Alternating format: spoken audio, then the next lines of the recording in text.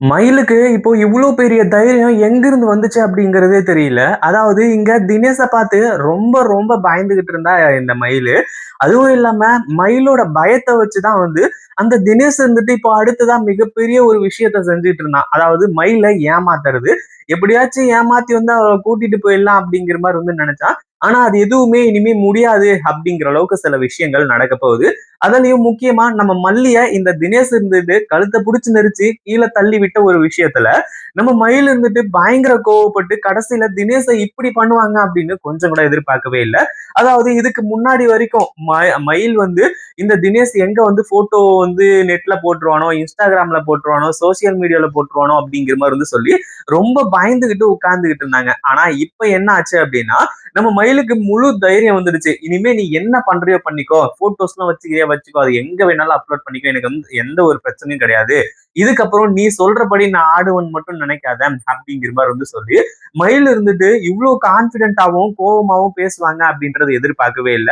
உண்மையிலே தினேஷ்க்கு இப்போ ஒரு மிகப்பெரிய அதிர்ச்சியான ஒரு விஷயம் அப்படின்னு தான் சொல்லணும். ஏன்னா தினேஷ் நினைச்சான் எப்படியும் ஈஸியா இவள ஏமாத்திடலாம். அதுவும் இல்லாம இந்த ஃபோட்டோஸ்லாம் வச்சு ஈஸியா இவள மிரட்டிடலாம் அப்படிங்கிற மாரி வந்து சொல்லி, ஆனா கடைசியில மயிலே இப்படி மாறுவாங்க அப்படின்னு கொஞ்சம் கூட எதிர்பார்க்கவே இல்ல. அதே மாதிரி இதுக்கப்புறம் இந்த தினேஷ் என்ன நினைச்சாலும் சரி, ஏது நினைச்சாலும் சரி, கண்டிப்பா வந்து நம்ம மயில இனிமே மிரட்டவும் முடியாது, உருட்டவும் முடியாது. அதே மாதிரி அவன அங்கேயே அடிச்சு அவனோட போன் எல்லாத்தையுமே புடுங்கி மொத்தமா அதாவது அத உடைச்சு எரேஸ் பண்ற அளவுக்கு வந்து இப்போ நம்ம மயில் வந்து பண்ண போறாங்க. அதே மாதிரி இந்த தினேஷ் இத கண்டிப்பா எதிர்பார்க்கவே இல்ல. அடுத்ததா வரும் போலீஸ் வருவாங்க. இவனை அரெஸ்ட் பண்ணுவாங்க. மறுபடியும் கொண்டு போய் ஜெயில்ல போடுவாங்க அப்படிங்கிற மாரி வந்து சொல்லி, ஏன்னா இந்த தினேஷ் வந்துட்டு எல்லாத்தையும் பக்காவா பிளான் பண்ணான். அதுவும் இல்லாம மயில் கிட்டயே வந்து சொல்லி இந்த மாரி லவ் பண்ற மாரி நீ வந்து எனக்கு வாய்ஸ் மெசேஜ் அனுப்பணும். லவ் பண்ற மாரி தான் என்கிட்ட பேசணும் அப்படிங்கிற மாரி வந்து சொல்லி, அது எல்லாத்தையுமே ஆதாரமா வச்சுக்கிட்டு இருந்தான். ஆனா மொத்தமா அந்த போனயே போட்டு உடைச்சுட்டா அவ்வளவுதான் அத்தோட முடிஞ்சது அப்படிங்கிற மாரி வந்து சொல்லி, இப்போ நம்ம மயில் வந்து முடிவு பண்றாங்க. அதே மாரி கோவத்துல மயிலுக்கு அவங்க என்ன பண்றாங்க, ஏது பண்றாங்க அப்படிங்கிற ஒரு விஷயமே புரியாம இருந்துட்டு இருக்கு. கண்டிப்பா இந்த ஒரு விஷயத்த வந்து யாருமே எதிர்பார்க்கவே இல்ல. மயில் இவ்வளவு கோவப்படுவாங்கன்னு சொல்லிட்டு. எதனால கோவப்பட்டாங்க, என்ன ஏது அப்படின்னா, அதாவது பயத்துல தான் இருந்தாங்க. ஏற்கனவே நாகு சொல்லிட்டாங்க, இந்த மாரி உன் அக்கா மல்லி கிட்ட சொல்லியிருக்கேன். கண்டிப்பா மல்லி வந்து எந்த ஒரு பிரச்சனையும் இல்லாம பாத்துக்குவா, உன்னை வந்து காப்பாத்துவா அப்படிங்கிற மாரி வந்து சொல்லிட்டாங்க. ஆனா அதே சமயத்துல இப்ப என்ன ஆச்சு அப்படின்னா, ஒரு பக்கம் வந்து இந்த தினேஷ் இங்க என்ட்ரி குடுத்தது. அடுத்ததா வந்து நாகு அத கண்டுபிடிச்சது. அதுக்கப்புறம் மல்லி வந்தது. இது எல்லாமே ஒரு சூப்பரான ஒரு விஷயமாவே இருந்துட்டு இருக்கு. அதே மாரி மல்லி வந்து அவன அடிச்சு ரொம்ப இது பண்றாங்க. ஆனா அதுக்கப்புறம் தான் அந்த தினேஷ் இருந்துட்டு பயங்கர கோவத்தோட மல்லிய தாக்குறது. அந்த ஒரு நேரத்துல தான் அதாவது மல்லிய கீழ தள்ளி விட்டதுக்கு அப்புறம் தான் மயிலுக்கு கோவம் பயங்கரமா வர ஆரம்பிச்சிருது. ஒரு பக்கம் வந்து இப்போ இந்த தினேஷ் இருந்துகிட்டு என்னை யார் நினைச்சாலும் தடுக்க முடியாது. இந்த போட்டோஸ் எல்லாத்தையுமே நான் கொண்டு போய் அதாவது சோசியல் மீடியால அப்லோட் பண்ண தான் போறேன். அப்படி இப்படிங்கிற மாதிரி வந்து சொல்லி அவன் பாட்டுக்கு என்னென்னமோ பேச ஆரம்பிச்சிடறான். அந்த ஒரு டைம்ல தான் மயில் இருந்துட்டு பயங்கர கோவத்தோட ஒரு பக்கம் அவங்க அக்காவை தூக்கி உட்கார வைக்கணும்னு நினைக்கிறதுக்குள்ளேயே இங்க மயிலுக்கு வந்து பயங்கரமான கோவம் வந்து நேரா போய் அந்த தினேஷோட கழுத்தை பிடிச்சு அப்படியே செவுத்துல அடிச்சு தூக்க ஆரம்பிச்சுறாங்க. ஒரு பக்கம் தினேஷ் அப்படியே திரு திருன்னு முழிக்கிறான். ஒரு பக்கம் அவனுக்கு வந்து என்ன பண்றதுன்னு ஒண்ணுமே புரியல. அதே மாதிரி இப்போ நாகுவே வந்து அப்படியே கதி கலங்கி போய் நிக்கிறாங்க மயிலோட கோவத்தை பார்த்து. மயில் வந்து எந்த ஒரு தப்பும் பண்ண மாட்டா அப்படிங்கிற ஒரு விஷயம் இங்க எல்லாருக்குமே நல்லாவே தெரிஞ்சது. முக்கியமா நாகுக்கும் நல்லாவே தெரியும். ஆனா அதே சமயத்துல இந்த தினேஷ் வந்து தினேஷ் மேல எவ்வளவு கோவத்துல இருக்கா அப்படிங்கிறது, அவங்க அக்காவை அதாவது மல்லிய வந்து எந்த அளவுக்கு நேசிக்கிறா அப்படிங்கிற ஒரு விஷயத்துல இருந்து எல்லாமே புரிய வந்துருச்சு.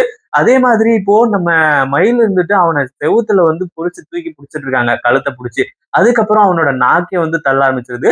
உன்னால என்ன பண்ண முடியுமோ பண்ணிக்கோடா, இதுக்கப்புறம் நான் பயப்பட போறதே கிடையாது அப்படிங்கிற மாதிரி வந்து சொல்லி அவனோட போனையும் அவங்க கிட்ட இருந்து புடுங்குறாங்க. அதாவது இப்போ போன்ல இருக்கிற எவிடன்ஸ், போன்ல இருக்கிற போட்டோஸ் இதெல்லாமே வச்சுதானே அவன் அவ்வளவு தூரம் மிரட்டிட்டு இருக்கான். இதுக்கப்புறம் வந்து அவனை வந்து கொல்றது கூட நம்ம மயில் அவ்வளவு கோவத்துல இருந்துட்டு இருக்காங்க. ஒரு பக்கம் நம்ம நாகெல்லாம் வந்து மயில விட்டுரு, அவனை வந்து விட்டுரு, அவன் செத்துட்டானா அதுக்கப்புறம் நீதான் ஜெயிலுக்கு போகணும் அப்படி இப்படிங்கிற மாதிரி வந்து சொல்லி கடைசியில அவனோட போனை புடுங்கி அதாவது நம்ம மயில் சொல்றாங்க இந்த மாதிரி வந்து இந்த மாதிரி ஆளுங்களை அதாவது இவனை மாதிரி இருக்கிறவங்களை வந்து சும்மா விடக்கூடாது, இவனுங்களெல்லாம் கொன்னாதான் என்னோட ஆத்திரம் தீரும் அப்படி இப்படிங்கிற மாதிரி வந்து சொல்லி பயங்கரமான கோவத்துல பேச ஆரம்பிச்சுறாங்க. கடைசியில மயில கிட்ட இருந்து அந்த தினேஷை வந்து இவங்க காப்பாத்த ஆரம்பிச்சுறாங்க. ஏன்னா மல்லிக்கெல்லாம் வந்து அடுத்தவங்களை காப்பாத்திதான் வந்து பழக்கம். அதே மாதிரி இப்போ இந்த தினேஷ வந்து மயில் கிட்ட இருந்து வந்து காப்பாத்துறாங்க. இன்னொரு பக்கம் அவனை அடிச்சு நம்ம மயிலையும் வந்து அந்த போனை புடிங்கிடுறாங்க. எவ்வளவு தைரியம் இருந்தா என்ன லவ் பண்ணி ஏமாத்துனது மட்டும் இல்லாம மறுபடியும் அப்ப எடுத்திருந்த போட்டோஸ் எல்லாத்தையுமே வச்சு என்ன மிரட்டுவேன். இதுக்கப்புறம் நீ எப்படி மிரட்டுறன்னு நானும் பாக்குறேன். இதுக்கப்புறம் நீ இனிமே ஜெயில், அதாவது இங்க இருக்க போறதே கிடையாது. உன்னை ஜெயில்ல தள்ள போறதுதான் உறுதி. ஏற்கனவே நீ போய் தப்பிச்சு வந்துட்ட. ஆனா இந்த முறை உன்னால தப்பிக்க முடியாது அப்படிங்கிற மாதிரி சொல்லி பயங்கர கோவத்தோட இப்போ நம்ம மயில் இருந்துட்டு இருக்காங்க.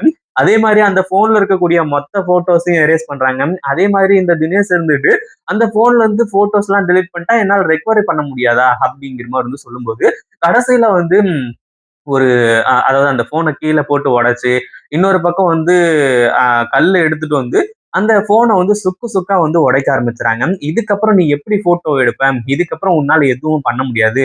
அதே மாதிரி நீங்க மிகப்பெரிய தப்பு பண்ணிட்ட அப்படிங்கிற மாதிரி சொல்லி நம்ம மயில் இருந்துட்டு கோவம் தீர்ற வரைக்கும் அவனை போட்டு அடி அடின்னு அடிச்சு வெளுத்து கட்டுறாங்க. ஒரு பக்கம் தினேஷ் இந்த ஒரு விஷயத்த எதிர்பார்க்கவே இல்லை. மயிலுக்கு இவ்வளவு கோவம் வரும், அதே மாதிரி இப்படி எல்லாம் பண்ணுவா அப்படிங்கிற மாதிரி சொல்லி ரொம்ப பயந்துகிட்டு இருந்தா. கடைசியில இவ்வளவு ருத்ர தாண்டவம் ஆடுறாளே, இனிமே இந்த பக்கம் கூட தலை வச்சு படுக்க கூடாது அப்படிங்கிற மாதிரி சொல்லி அவன் இங்க இருந்து துண்டை காணும் துணியை காணும்னு சொல்லிட்டு ஓடணும்னு நினைக்கான். ஆனா அதுக்குள்ளவே போலீஸ் என்ட்ரி கொடுத்து கடைசியில இப்படி மாட்டிக்குவான் அப்படின்னு கொஞ்சம் கூட எதிர்பார்க்கவே இல்லை. இப்போ வசமா மாட்டிக்கிட்டான், இனிமே தப்பிக்கவே முடியாது. இதை பத்தி நீங்க என்ன நினைக்கிறீங்க? அந்த வீடியோ பிடிச்சிருந்தா லைக் பண்ணுங்க, ஷேர் பண்ணுங்க. இப்பதான் நம்ம சேனலுக்கு ஃபர்ஸ்ட் டைம் வரீங்க அப்படின்னா கீழ இருக்க சப்ஸ்கிரைப் பட்டனை பிரஸ் பண்ணிக்கோங்க.